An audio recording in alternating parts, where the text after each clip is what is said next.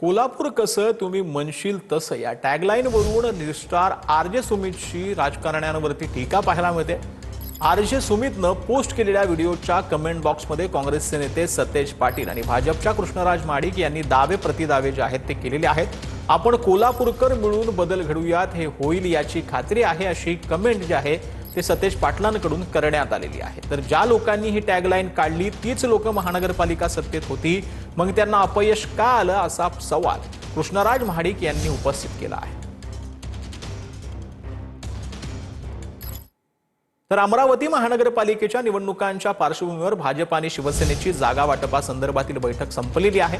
अमरावती महानगरपालिकेमध्ये आम्हाला 50 जागा मिळाव्यात अशी मागणी आनंदराव अडसूळ यांनी केली आहे। तर अमरावती महानगरपालिकेमध्ये शिवसेनेनं भाजपला 35 ते 42 जागांचा प्रस्ताव दिल्याची सूत्रांची माहिती आहे। शिवसेनेनं आम्हाला जागांचा प्रभाग निहाय प्रस्ताव दिला असं संजय कुटेंनी म्हटलं। जागांवर न जाता आम्ही प्रभाग वाईज चर्चा केली। जेवढे 21 प्रभाग आहेत त्याप्रमाणे आमची चर्चा झाली।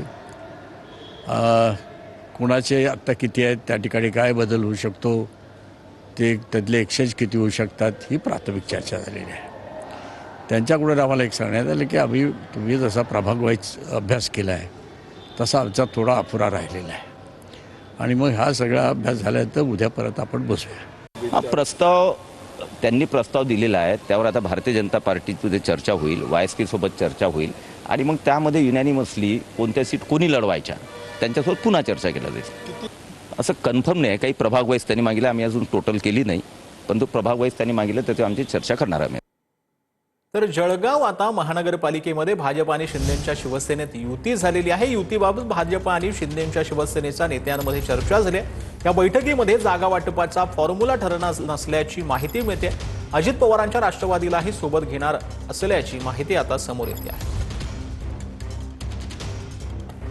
तर जळगाव महानगरपालिकेच्या निवडणुकीत भाजपा शिंदेच्या शिवसेनेची महायुती होईल आणि अशी बोलली जाते। या ठिकाणी आज शिवसेनेची आणि भाजपची बैठक झाली।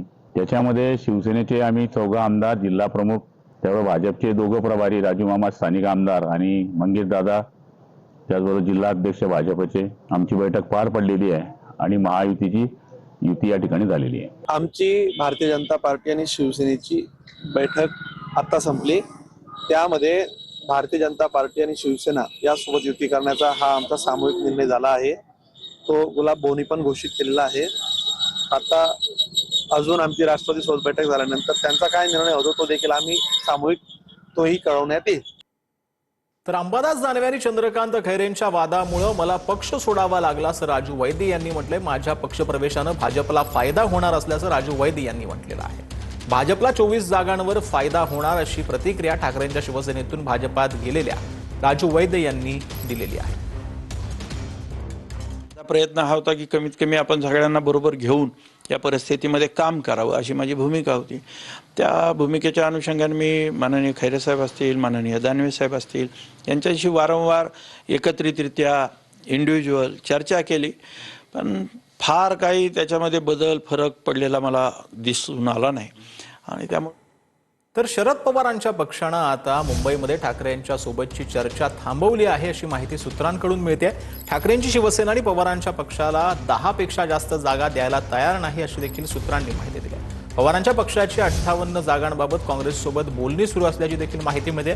उद्या सकाळपर्यंत काँग्रेसच्या निर्णयाची वाट पाहणार असल्याची माहिती सूत्रांनी दिली। उद्या संध्याकाळी पवारांच्या पक्षाची पहिली यादी येण्याची शक्यता आहे। दरम्यान मुंबई पालिकेसाठी पहिली लिस्ट 15 जणांची आली होती असं सुप्रिया सुळेंनी म्हटलंय। 24 ते 25 जणांच्या उमेदवारीवर चर्चा सुरू होती असं देखील सुप्रिया सुळेंनी सांगितलं। राज ठाकरे, राऊत आणि आदित्य ठाकरेंशी चर्चा झाल्याचं देखील सुप्रिया सुळेंनी सांगितलं।